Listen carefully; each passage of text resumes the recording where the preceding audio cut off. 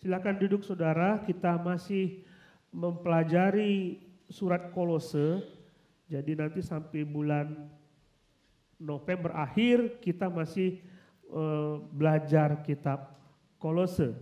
Nah saudara, kalau saudara ingat khotbah minggu lalu, saudara tahu saya menjelaskan ada dua macam perjanjian unilateral dan perjanjian bilateral. Saudara masih ingat ya?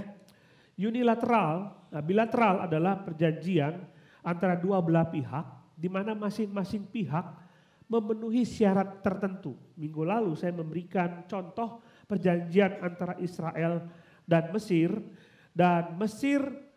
berdamai dengan Israel dalam perjanjian Camp David itu. Lalu Mesir harus memenuhi syarat yang diminta oleh Israel, yaitu Israel boleh melewati terusan Suez yang dikuasai oleh Mesir. Tapi di sisi lain Israel menguasai gurun Sinai. Lalu syaratnya dari Israel adalah Israel harus mengembalikan gurun Sinai itu kepada Mesir. Jadi ada perjanjian itu dipenuhi oleh dua belah pihak. Itu yang disebut dengan perjanjian bilateral. Kenapa hilang suaranya? Siapa yang pencet? Nah, itu ya. Jadi itu perjanjian bilateral. Perjanjian unilateral, perjanjian yang hanya menuntut syarat dari satu pihak. Contohnya, minggu lalu saya memberi contoh Abraham berjanji dengan Allah, janji-janjian. Janji Abraham, sini keluar. Oke, dia keluar dari tanah perjanjiannya, lalu ketika Abraham ingin mempersembahkan persembahan itu, dia mimpi dan Tuhan berbicara kepada Abraham, lihat bintang di langit. Ya, dia lihat bintang. Kalau dulu kan nggak ada cahaya di bumi, nggak ada lampu seperti di kota, jadi dia lihat bintang di langit itu banyak sekali, bagus sekali Tuhan. Ya, sebanyak itulah nanti keturunanmu. Aku akan memberkati engkau dan melalui keturunanmu seluruh bangsa di dunia akan mendapatkan berkat. Wow, luar biasa. Lalu Tuhan mengatakan begini, ada syaratnya. Apa syaratnya? Syaratnya dari pihakku, aku akan memberikan korban. Dari pihak Abraham apa? Tidak ada syarat apa-apa. Kamu akan diberkati, tapi syarat dari kamu gak ada apa-apa. Enak sekali kan? Seperti itu. Aku akan memberkati engkau, tapi dari pihakmu tidak perlu pakai syarat apa-apa. Aku yang akan memberikan memenuhi syarat itu. Coba kita lihat Kolose pasal 1 ayat 20 yang kita lihat minggu lalu supaya saudara ingat kembali. Kolose pasal 1 ayat 20. Buka Alkitab saudara, tidak ditampilkan di sini. Dan oleh dialah, dia yaitu Yesus, oleh dialah ia Allah. Jadi saya coba parafrase, oleh Kristuslah Allah memperdamaikan segala sesuatu dengan dirinya, baik yang ada di bumi maupun yang ada di surga, sesudah ia mengadakan pendamaian oleh darah salib Kristus. Saudara dan saya diperdamaikan oleh Allah.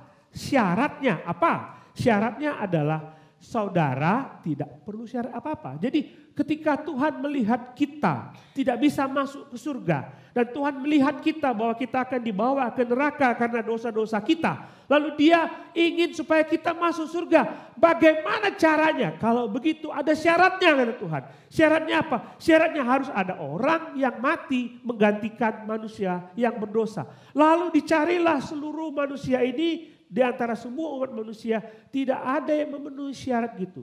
Kalau begitu, akulah yang akan memenuhi syarat itu. Bagaimana caranya? Aku akan kirim anakku mati di atas kayu salib supaya kamu diperdamaikan dengan aku. Apa syarat manusia? Gak ada.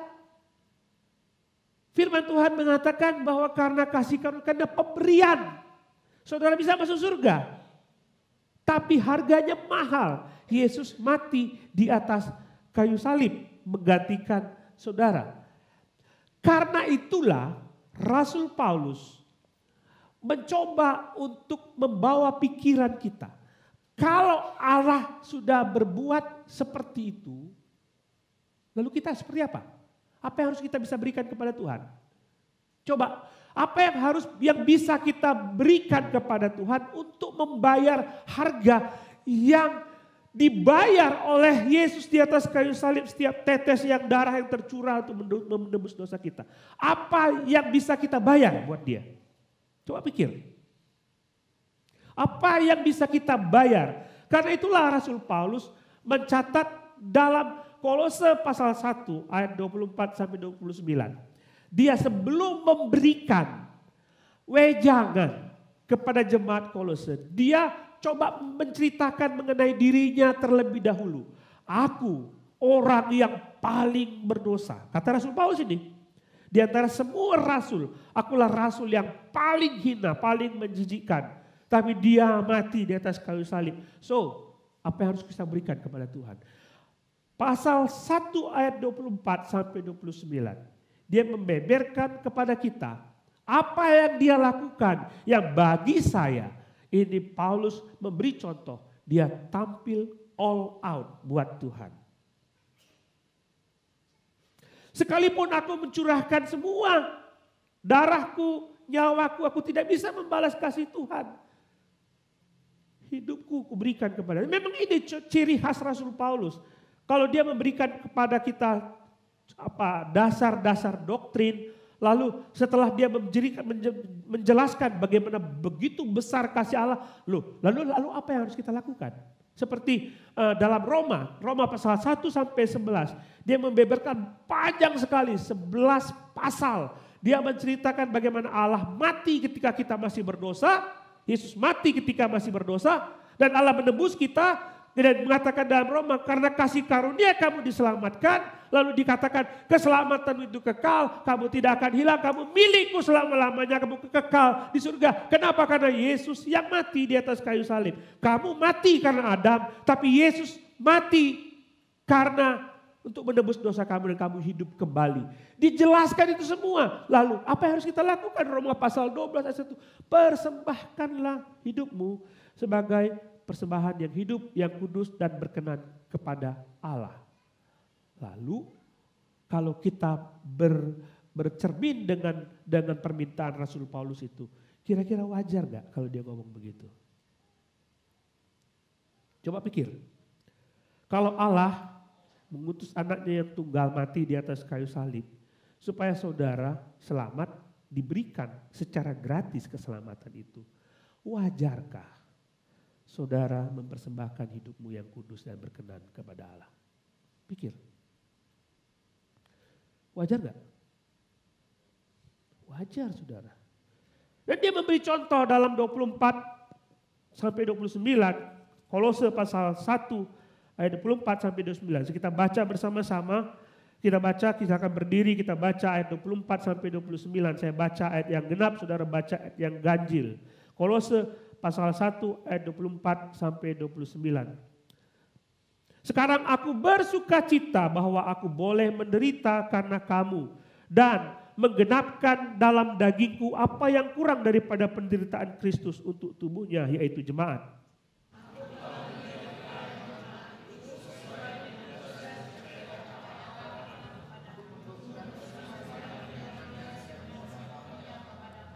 Yaitu rahasia yang tersembunyi dari abad ke abad dan keturunan. Tetapi yang sekarang dinyatakan kepada orang-orang kudusnya.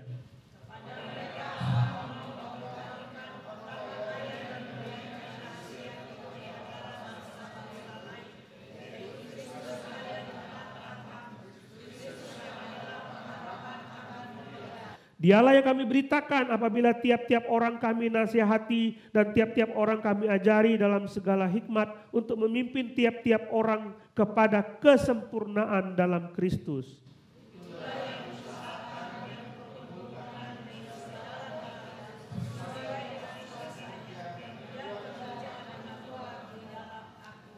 Silakan duduk saudara. Saudara baca ayat 24 sampai 29. Sebelum dia memberitahukan kepada jemaat, kamu harus apa? Dia memberi contoh kepada dirinya sendiri bahwa dia sendiri ketika dia tahu bahwa dia diselamatkan oleh Tuhan oleh karena anugerah yang begitu besar, Yesus mati, dia tampil all out.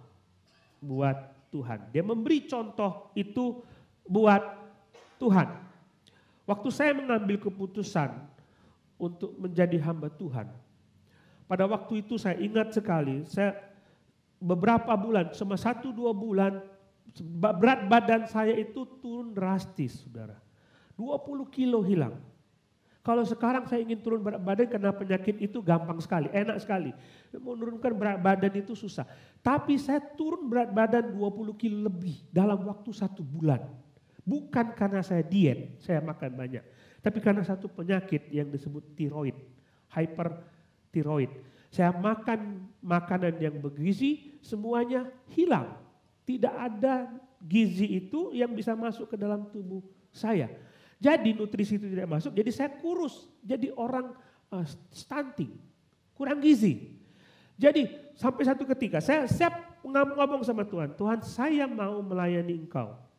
Satu ketika saya melayani anak-anak remaja, saya mengajar firman Tuhan kepada mereka. Saya berdiri, saya mengajar firman Tuhan. Setelah mengajar saya berdoa, amin, saya jatuh. Saya jatuh, tergeletak di bawah dan nggak bisa bangun.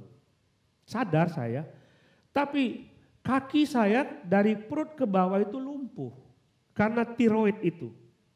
Jadi apa yang dilakukan, jadi itu hari Sabtu malam saya mengajar pemuda, istri saya bawa saya ke rumah sakit, langsung dibawa ke rumah sakit.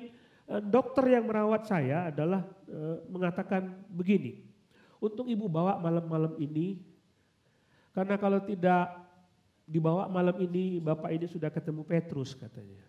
Jadi dia orang Kristen, dia tahu Petrus masih masuk surga. Bapak udah ketemu Petrus. Jadi selama hampir seminggu lebih saya masuk ICU, nggak bisa apa-apa, lumpuh semua. Semua lumpuh, nggak bisa berfungsi. Bagian ke bawah kaki nggak bisa digerakkan. Nah saudara, saya sadar waktu itu bahwa hidup saya itu di tangan Tuhan. Dan saya tidak bisa mengendalikan apa yang menjadi keinginan saya. Saya sadar sekali. Lalu saya bisa nego apa lagi sama Tuhan. Kalau hidup saya punya Tuhan, mau gak mau, saya harus memberikan seluruh hidup saya buat Tuhan. Jadi sejak saat itu saya terus berpikir, saya bilang kepada Tuhan, oke, sekarang saya menyerah, saya akan menyerahkan hidup saya seluruhnya kepada Tuhan. Saudara, banyak pikiran kita ketika kita mau tampil all out kepada Tuhan, ada yang kita simpan sebagian, ada yang sebagian lagi kita tidak mau simpan, tidak mau kita kita berikan kepada Tuhan. Yang satu kita simpan tidak berikan, yang lain kita berikan kepada Tuhan. Saya melangkah separuh, tapi kaki saya separuh tidak saya mau langkah. Jadi seperti itu, saya tidak tampil all out. Saya tidak tampil all out. Nah, Paulus mengatakan, kita harus coba lihat di sini.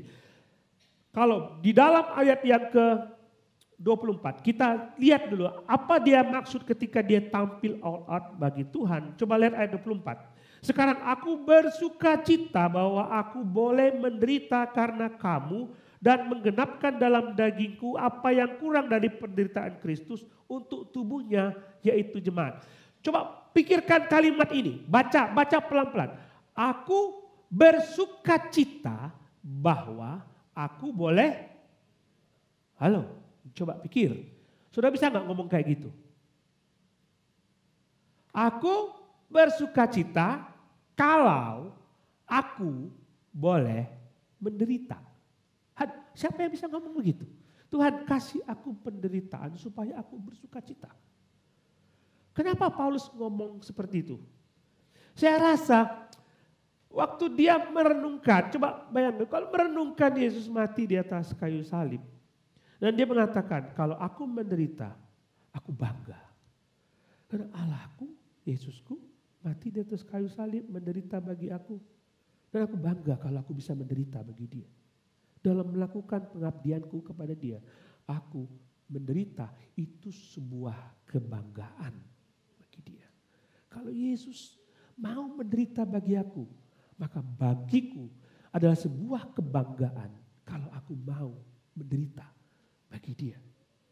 Itu maksud Rasul Paulus. Sudah ingat cerita tradisi ketika Petrus mau disalibkan Seperti tradisi orang Romawi disalibkan seperti ini. Aku tidak layak. Kalau Allahku disalibkan seperti ini, maka lebih baik aku disalibkan terbalik. Aku tidak layak. Dengan disalibkan terbalik pun aku tidak mampu untuk bisa membalas kasih Tuhan kepadaku. Maka saudara harus tampil awal begini. Kalau saudara tampil awal, maka saudara harus mengabdi kepada Tuhan dan harus siap untuk menderita. Siap. Cobalah begini ya. Gini, saya merenungkan orang yang memulai usaha, ya. Dia mulai usaha, saya ingat sekali ada orang jual burger. Dia ingin usaha burgernya bagus. Saya tahu sekali burger Blenger itu dimulai dari bagaimana penderitaan yang jual itu.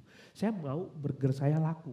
Lalu tapi dia bekerja sebagai karyawan. Dia karyawan dari pagi sampai malam, dia kerja sampai sore. Kemudian dia jualan burger dari sore sampai malam. Nah, tidur cuma sebentar. Itu penderitaan yang dia ambil supaya dia mencapai tujuan itu. Waktu saudara melayani Tuhan, saudara ingin yang terbaik buat Tuhan. Amin. Benar nggak? Waktu saudara ingin memberikan yang terbaik oleh Tuhan, kepada Tuhan, saya ingin memberikan yang terbaik. Lalu saudara harus melewati penderitaan. Saudara lewat tidak? Saudara lewati enggak? Saya ingin memberikan yang terbaik, tapi begitu ada, ada penderitaan. Oh, no. Kadang-kadang kita seperti itu dalam bayangan kita dalam melayani Tuhan. Kita tuh seperti itu. Saudara, penderitaan Paulus itu enggak seperti kita. Coba saudara lihat, mari kita baca 2 Korintus pasal 11. Coba kita baca 2 Korintus pasal 11 ayat 23. Saudara, lihat penderitaan Rasul Paulus ketika dia memenuhi pengabdiannya kepada Allah, kepada Yesus yang sudah mati dan sekali salib. Ini yang dia katakan. Apakah mereka pelayan Kristus? Aku berkata seperti orang gila. Aku lebih lagi. Aku lebih banyak berjerih lelah. Lebih sering di dalam penjara. Didera di luar batas. Kerap kali dalam bahaya maut. 5 kali aku disesah orang Yahudi. Setiap kali 40 kali 1 pukulan. 5 kali. 3 kali ya. Karam kapal, sehari semalam aku terkatung-katung di tengah laut. Dalam perjalananku aku sering diancam bahaya banjir, bahaya penyamut, bahaya dari pihak orang-orang Yahudi dan dari pihak-pihak orang bukan Yahudi, bahaya di kota, bahaya di padang gurun, bahaya di tengah laut, bahaya dari pihak saudara-saudara palsu. Aku banyak berjerih lelah dan bekerja berat, kerap kali aku tidak tidur. Aku lapar dan dahaga, kerap kali aku berpuasa, kedinginan, tanpa pakaian, dan tidak menyebut banyak hal lagi urusanku sehari-hari, yaitu untuk memelihara semua jemaat. Dia menderita, dia kelaparan, tapi dia harus urus jemaat, pergi ke kota demi ke kota. Waktu dia masuk ke kota satu, ke kota lain, dia tahu ancaman selalu ada di situ. Dan dia tidak mau, tak pusing, yang penting aku mengabdi buat Tuhan. Kita bagaimana? Waktu kita mengabdi buat Tuhan, kadang-kadang kita berpikir, kita belum sampai kayak dia ya. Ada yang punya cita-cita, aku mau kayak Paulus deh. Kelaparan, telanjang, dipukul. Pengen aku mau pergi ke kota ini, mana kota yang paling berbahaya. Aku akan ke situ, supaya aku dapat cambukan. Ada? Kita nggak mau kayak gitu memang. Tapi coba pikirkan, waktu kita mengabdi buat Tuhan, ancaman kita bukan ancaman fisik. Kelap kali ketika kita mau mengabdi buat Tuhan, kita dikecewakan oleh orang-orang seiman kita, dan kita mundur. Belum fisik.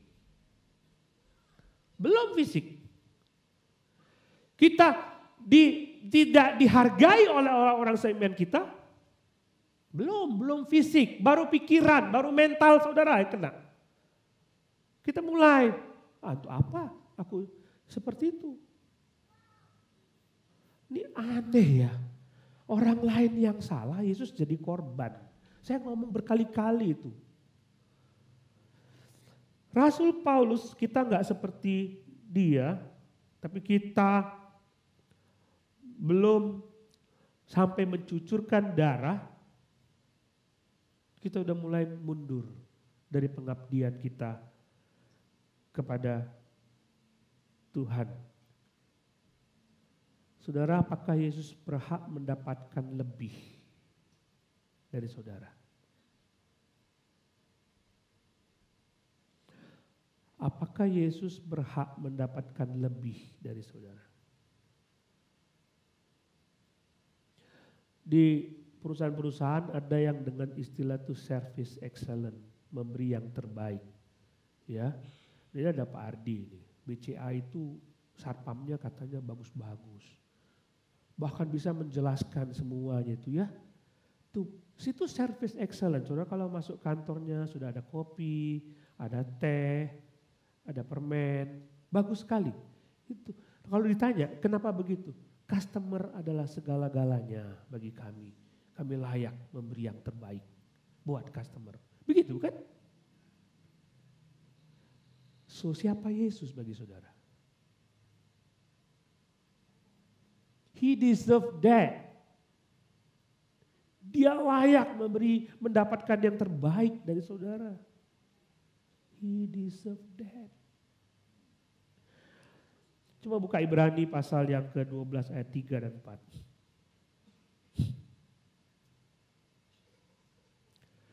Ingatlah selalu akan Dia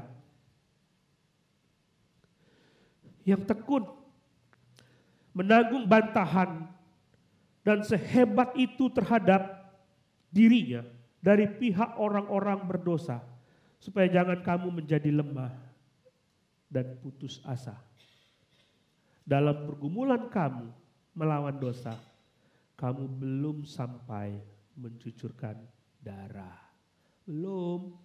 Halo, adakah di antara saudara ketika mengabdi dan melayani Tuhan sampai mencucurkan darah? Apa yang Yesus alami ketika dia berkata kepada murid-muridnya, aku akan pergi ke Yerusalem, aku akan mati di situ, diserahkan kepada bangsa lain, mati supaya kamu diselamatkan. Lalu Petrus, nggak mungkin terjadi. Kamu iblis. Aku layak, aku mau supaya kamu semua diselamatkan. Aku mau. Kita belum sampai kayak Yesus ya. Belum seperti Paulus. Boleh berkorban uang, waktu, tenaga, pikiran. Apakah Yesus layak mendapatkan uang saudara? Apakah Yesus layak mendapatkan waktu saudara? Apakah Yesus layak mendapatkan pikiran dan tenaga saudara? Layak gak? Do that. Jangan cuma menjawab layak. Lakukan. Lakukan. Jangan menjadi orang Kristen yang biasa-biasa saja. Saya menjadi orang Kristen, tapi ya sudah, saya datang ke gereja, saya memberi waktu untuk ibadah. Do something for Him. Service excellent. Do something more for Him. Sebesar apa yang saudara mampu. All out berikutnya ayat 25 dan 26. Aku telah menjadi pelayan jemaat itu sesuai dengan tugas yang dipercayakan Allah kepadaku untuk meneruskan firman-Nya dengan sepenuhnya kepada kamu. Yaitu rahasia yang tersembunyi dari abad ke abad dan dari turunan ke turunan, tetapi yang sekarang dinyatakan kepada orang-orang kudus. Saudara, kita tahu sejarahnya Rasul Paulus ketika dia percaya kepada Yesus, ketika dia pergi ke Damsyik, dan dia ke Damsyik itu dan dia bertemu dengan Tuhan, dan pada saat itu dia sadar bahwa dia orang berdosa, dia salah selama ini, dia buta, lalu dia dia berpuasa, dia merenungkan, oh benar, selama ini saya salah.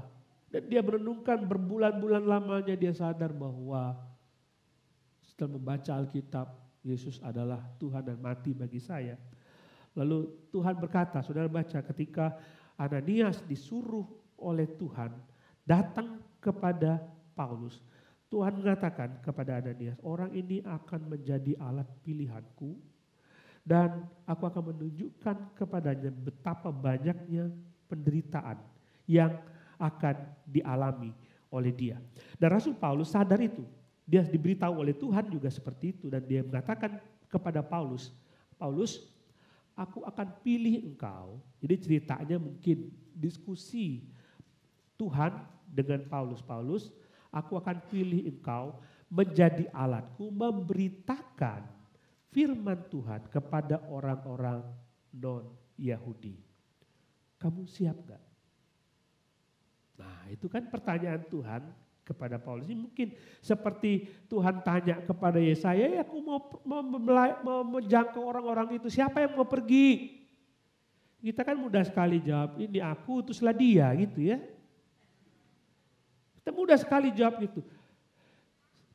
Paulus, aku ingin utus kamu kepada bangsa-bangsa non-Yahudi. Kamu siap gak? Siap Tuhan. Oke, kamu berhenti gak di tengah jalan? Mungkin gak kamu akan berhenti di tengah jalan? Kamu siap gak dengan segala macam resiko? Paulus kita tahu, dia siap dan tidak berhenti di tengah jalan. Dia tidak mundur di tengah jalan sampai akhir hidupnya. Saudara baca 2 Timotius pasal 4 ayat yang ke-6. Mengenai diriku, benar ya, darahku sudah mulai dicurahkan sebagai persembahan dan saat kematianku sudah dekat. Aku telah mengakhiri pertandingan dengan baik, jadi dia melaksanakan tugasnya dan aku telah mencapai garis akhir dan aku telah memelihara iman. Ini surat terakhir yang ditulis oleh Rasul Paulus karena dia sudah tahu kayaknya aku akan dipancung. Jadi dia tulis di penjara Roma. Jadi ini dia tahu aku akan dipancung dan aku akan dihukum mati di situ. Dia tulis kepada Timotius, Timotius saat kematianku sudah dekat dan darahku akan tercurah. Tapi tugasku buat Tuhan selesai.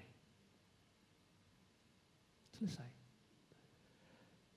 Dan kalau dari situ kita lihat apa yang dilakukan oleh Rasul Paulus, kita belajar bahwa setiap orang Kristen yang ingin mengabdi, tampil all out buat Tuhan. Dia harus setia sampai akhir. Kita kan gak kayak gitu. Gimana? Istilahnya kita itu gimana? Jawabannya apa? Bolong-bolong Pak. Belum melayani, cuma baca Alkitab doang. Gimana baca Alkitabnya tiap hari enggak? Bolong-bolong Pak. Kesetiaan kita itu bergantung kepada keadaan. Kalau happy, aku mau melayani. Kalau suasananya baik, oke. Kalau aku sibuk, banyak urusan. Tuhan gak usah lah. Nanti deh kalau aku gak sibuk lagi. Kayak gitu loh kita. Kita kadang-kadang setia, kadang-kadang tidak. Kita kan punya care group. Benar ya? Kita punya care group. Nah, coba lihatlah. Hari ini, minggu ini care group, minggu depan enggak. Minggu depan lagi care group lagi. Seperti itu kita. Tuhan konsisten ketika dia turun ke bumi, dia menjadi manusia dan dia konsisten. Tiap hari dia konsisten, aku akan ke sana, aku akan ke sana. Mati dan sekali salib buat manusia, aku akan ke sana. Dan tugasnya diselesaikan sampai akhir ketika Yesus mati dan sekali salib. Paulus bilang, aku juga akan seperti itu. Tampil all out, tidak akan pernah aku merusak kesetiaanku. Aku akan setia tiap detik, tiap saat, tidak pernah berhenti. Perhatianku, pikiranku selalu tertuju kepada Dia. Kesetiaan kita enggak seperti itu. Kita beralasan bahwa Tuhan, Engkau tahu, aku manusia. Aku punya keterbatasan. Mau alasan apa lagi, saudara? Apakah Tuhan layak mendapatkan kesetiaan saudara?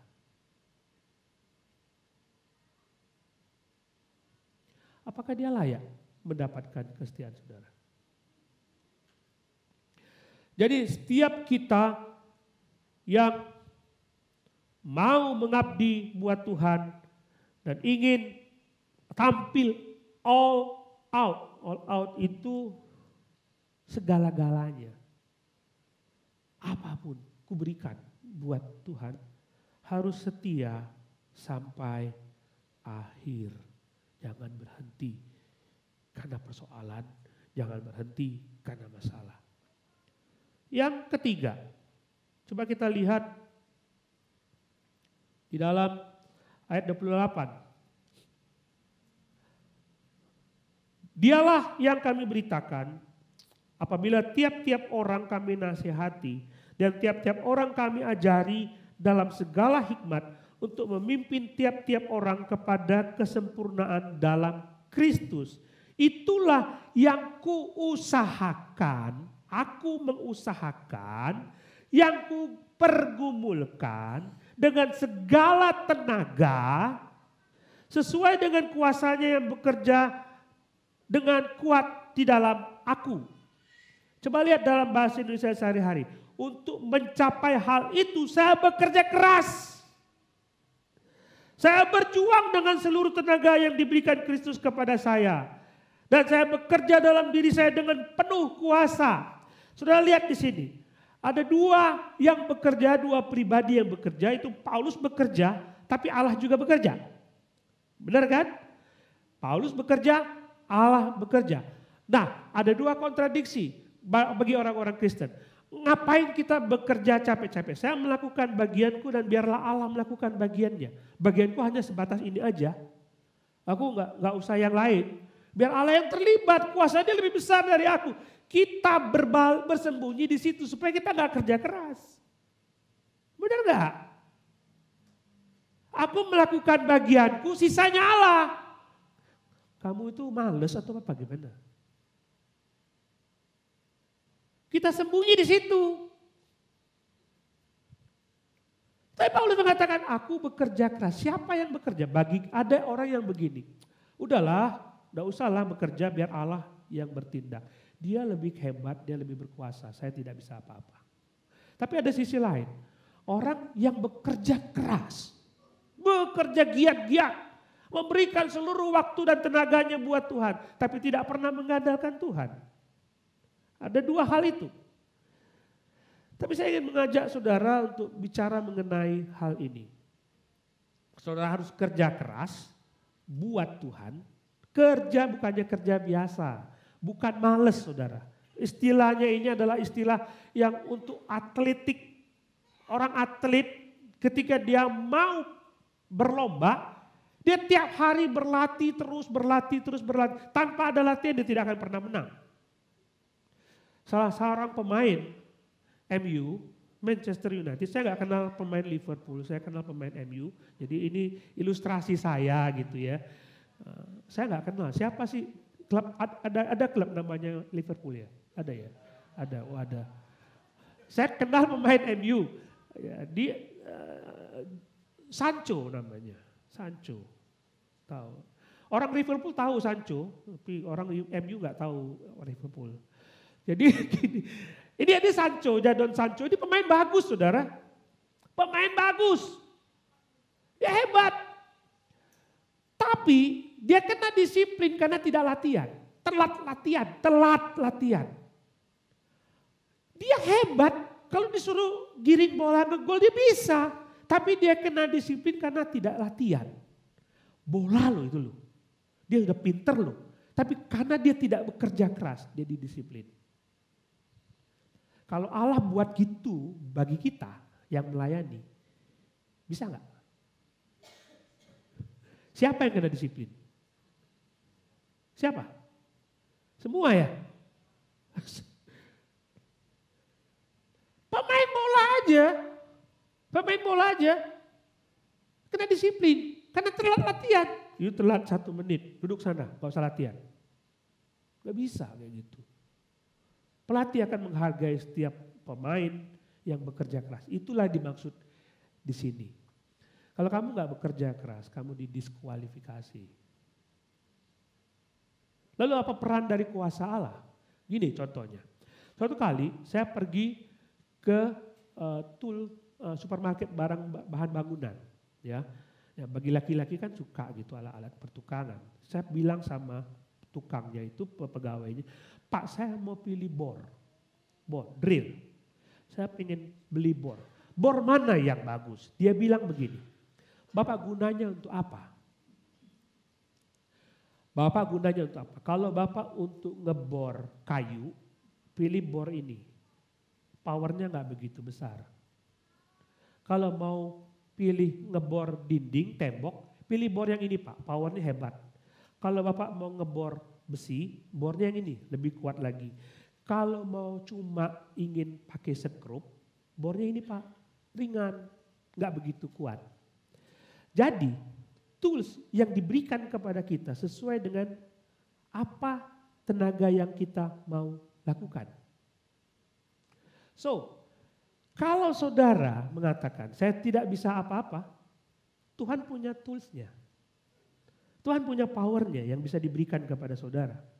Tapi kalau saudara punya usaha yang begitu ringan, ya itulah powernya kecil aja dikasih Tuhan. Saudara mau hebat seperti apa coba? Coba pikir, saudara mau kerja buat Tuhan itu seperti apa? Tuhan berikan kemampuan. Kenapa Rasul Paulus bisa pergi tiap kota ke kota dan dia mengalami tiap kota dia mengalami aniaya tapi dia terus bertahan. Kenapa? Makin besar ancaman, makin besar kuasa Tuhan diberikan kepada Rasul Paulus. Saudara mau hebat apa buat Tuhan? Pikir, mau kerja sebesar apa? Makin besar Tuhan berikan kuasa itu kepada saudara. Makin malas. Tuhan tidak berikan power itu pada saudara. Silakan. No power for you if you lazy. Orang rebahan gitu ya. Kaum rebahan. Ada 3 hal Paulus mengatakan tampil all out. Yang pertama, siap menderita. Yang kedua, setia sampai akhir. Yang ketiga, bekerja keras sambil menggunakan kuasa Tuhan. Baca ini. Dibutuhkan segera pelayan Tuhan. Rela menderita. Setia sampai akhir. Syaratnya ini saudara. Siapa di antara saudara yang memenuhi 3 syarat ini? Rela memenuhi 3 syarat ini. Ayo. Apakah Yesus layak mendapat 3 syarat ini dari saudara?